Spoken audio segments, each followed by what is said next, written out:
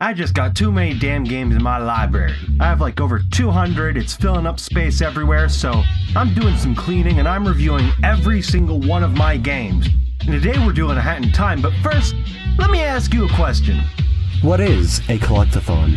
If you Google that, you'll get a mix of answers. A lot of them are just wrong, confusing the mechanic of collecting for the genre itself. That's like saying that any game that you can die in is a survival game.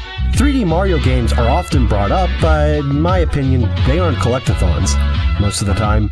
In 64 Sunshine and Galaxy, you beat a level and then get a MacGuffin. That's not collecting. This number basically just tells you how many levels you completed. Mario Odyssey is a collectathon, but not a good one. It's a great game in its own right, don't get me wrong, but you'll still just be collecting the same thing over and over. Sure, there's gold and purple coins, but those are usually just used for cosmetics.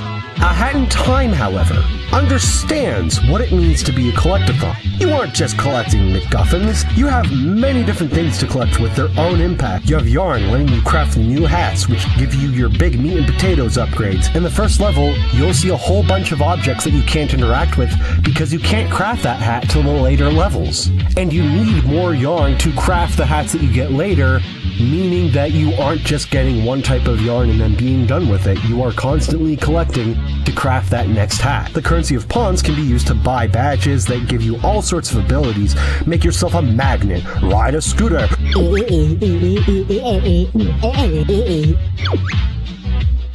I could go on, but the point is you have something to look forward to when collecting anything.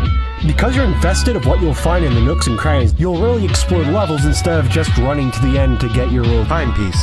But all that ain't worth a fat man on Tuesday if it ain't fun traveling between each collectible. And it is. The second part of Collectathon is making levels worth exploring. A player needs to be enticed by the levels themselves. And these levels are so good that once I was hooked, I was combing through these things like an archaeologist with a paintbrush. Each one is so different in how it looks, its layout, and its characters. Mafia is this town on top of a big volcano that gets higher as you go to the center. The Subcon Forest is a flat plain going every direction for a long distance with these spooky woods. The bird stages are more self-contained, but still have plenty of nooks and crannies to explore. As well, the worlds are just so stunning and beautiful. You get a photo badge pretty early in the game, and the amount of photos I took with it in my first run is just a testament to how beautiful and serene this very world is. The way you get the photo badge is on the first level. You find a tourist and he's like, "Man, I spent all that time chopping up and dressing my wife like a Christmas turkey. And now I cannot keep this memory forever because I have lost my camera just on that little island over there. Could you please go get it? I promise I will not chop you up like my wife." So you look over and see that between you and the island is this little ice platform that needs a hat that you do not get till much later in the game. But you realize that it can be easily jumped across. To me, this is the developers telling the player, hey, you can break the game. Just because you think you might not have the right ability, try anyway.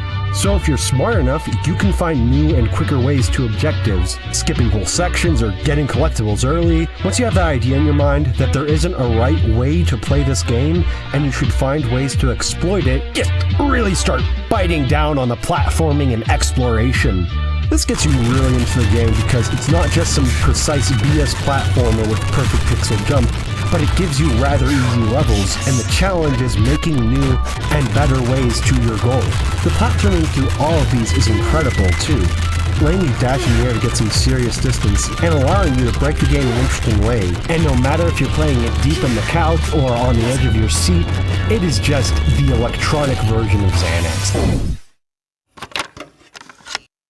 It is so relaxing with how cute the world is and everything. Each character you meet is just such a delight, and voice acting just brings them all to life. Written so well that you'll be going to each little side character just to hear what they have to say. One of my favorite moments in the game is when you're on this train level. All these crows are pulling some...